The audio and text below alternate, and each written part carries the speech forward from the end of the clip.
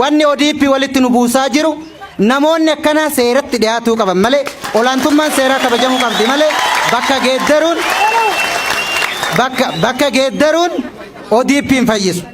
Kan ODP walitti nama buusu kana nu ODP jibban qabnu. Waa'een biraa Alamuu Simeeti. Alamuu Simee Alamuu dibeeti dhugaa isin anammallee Oromiyaa irra jira jedhee dhimma isa sodaadhu hin jiru. Odoo as jiraadhee nama bira hin jiru malee dhiyoo biraan deemeen ture. Dhiyoo biraan deemeen ture malee tokkoffaan silaa maal naan jedhan duraan beeytanii. Horii bade guyyaa maan ol kan bade jeedaltis nyaattu maali jennaan waraabessuma jedhanii jedhe. Odoo atas jiraattee simaa jechuudha. Kanaaf ammallee Alamuu Simee kun maal hojjete? Naqeeqaniif ijoollee nama 8 nurraa hidhu. Namni tokko nama qeequu ni danda'a akkaataa heera mootummaatiif seera mootummaatittis biyyattiin tun heeraaf seera mootummaatiin bulti.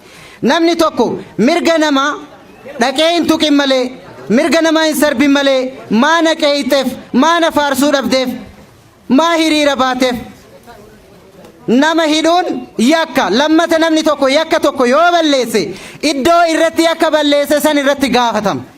San booda hoo yoo immoo mana murtiitiin qaamni abbaan alangaa oliyyata fudhate oliyyata saniin sadarkaa ofii eeggatee haga biiroo olaanutitti deema malee halkan nama fuudhanii deemuun guyyaa afananii gara fedhan dabarsuun duraan silaa nurraa fedoo jennu ammallee nurraa nafne kakana godhu maddi isaa Alamuu Simee.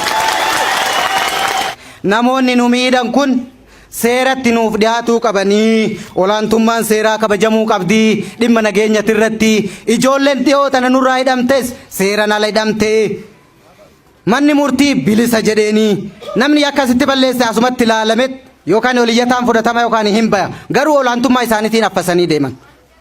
Hin jijjiiramne sirni duraanii kuni ta'uu waan hin qabne ammas nuu ba'uu qabdi. Nama 8 nurraa hidhame ijoolleen tun kashlabbee miti.